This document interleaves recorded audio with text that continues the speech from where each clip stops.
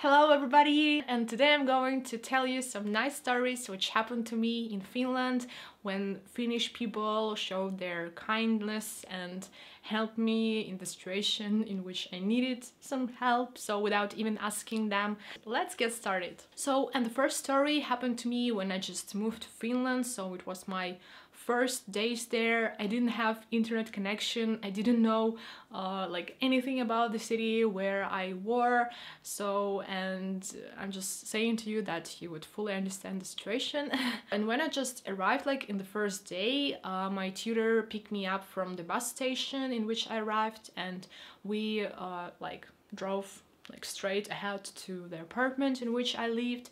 It was kind of like a little bit in their countryside, so not so close to the city center, and I didn't have time to see like from this car if there is something like nearby, like some shops or some other stuff, so I didn't know what's there. I came back to my apartment and I was like, well, it's the time to eat something.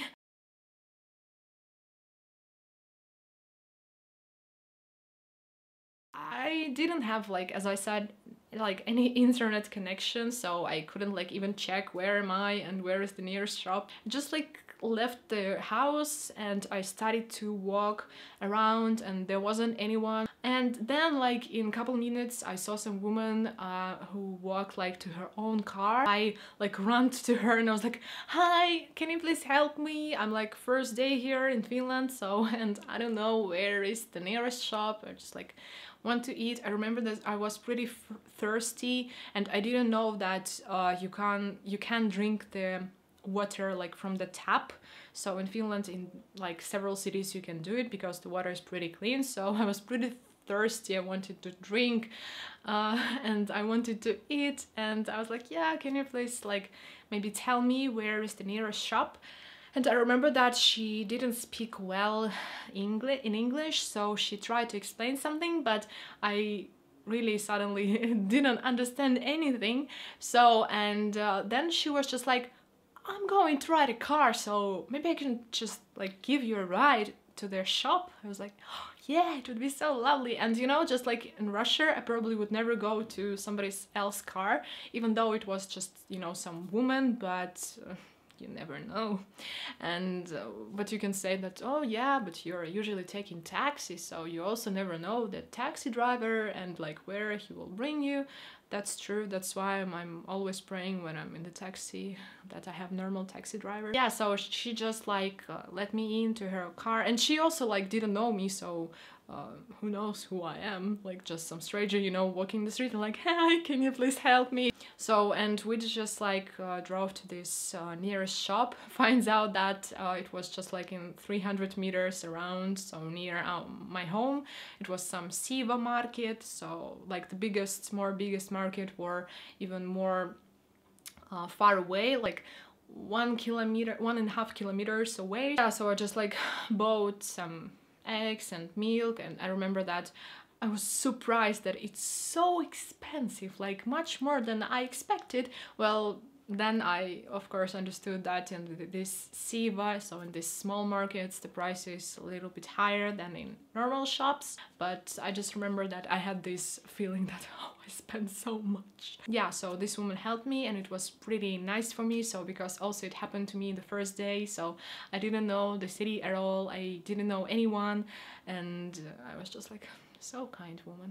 The second situation also happened to me when I was in Finland just for a couple days, so a couple weeks. It was summer and we had two roads which kind of you could follow to go to the city center. So one normal road like with asphalt and the second road which were a little bit shorter, and it was through the forest. By the way, I was really surprised that in Finland it's pretty normal, you know, to like cycle through the forest when it's even like 1 a.m, 3 a.m, 6 a.m. Nobody cares. Safety Finland. So of course I also did it sometimes then, but when I just had this bad feeling that you shouldn't, I cycled like in this normal road. Of course it was a little bit longer, but then my soul was like calm.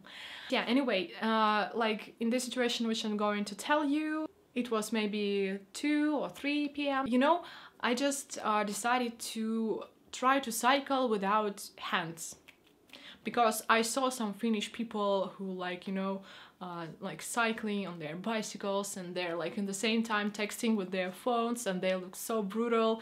And I was like, well, I'm also like a pro now in the bicycle, even though it was so shitty. I'm sorry, but I rent this bicycle. It was already like dying, maybe like just literally dying metal in which I tried to cycle. The chain always fell down, and I was like, oh, I'm so pro, I can also try it. And yeah, Sasha, let's try to do it in the forest. Well, it was my fault that I fell down, but anyway, so yeah. And also I had new jacket. I just bought like couple weeks ago, new jacket. I was so proud that I have it. So, and yeah, so I decided like, why not to cycle in my new jacket through the forest, like where is the road, it's like that, without hands. And of course, like in the 5 seconds when I started to cycle without hands, I fell down. It was so hurting, like it was so much pain in this moment. I was like, oh, I'm dying. Like all of my hand, it was like scratched, you know, in this jacket. I still have proofs that I fell down. So when all of my jeans, they were also like dirty, and the bicycle like went somewhere like maybe 2 meters away from me. So thank God that I didn't like fell down, kind of, you know, like that, jumped over. Yeah, so, and thank God that there wasn't any blood. So, but when, like in this moment when I felt so much pain, and I was like, I'm so stupid, I started to cry.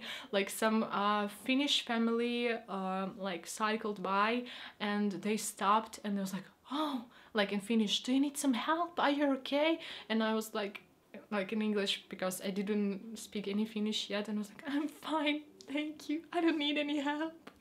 And I was like, are you sure? We have like house near here, so if you like need some medicines or like some plasters, we can give to you. I was like, no, thank you.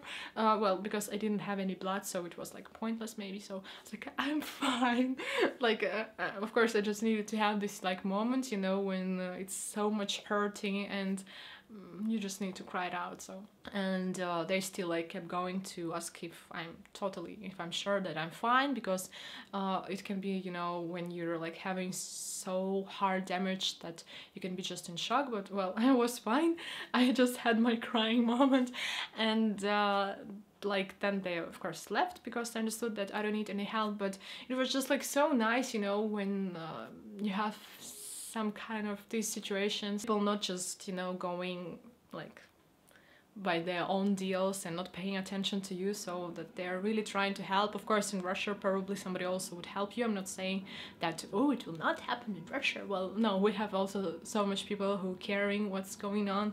So, but it was just so nice for me in that period of time, so that's why it like touched me, and I still remember this situation. It was my 2 situations which happened to me in Finland, and it's showing how nice and kind and generous Finnish people are. So, and I have actually so much like more situations about that. If you want to listen more this kind of stories, and like get to find out what happens, so how like people help me in Finland, you can give this video a big thumbs up and leave me in the comments down below that you're interested in. Should we make it like as a new theme, that I will tell you some story, like some story time of Sasha's story time or something, so we can try to think some name for this rubric. I hope you enjoyed this video. Don't forget to subscribe to my channel, and see you guys in the next videos. Bye!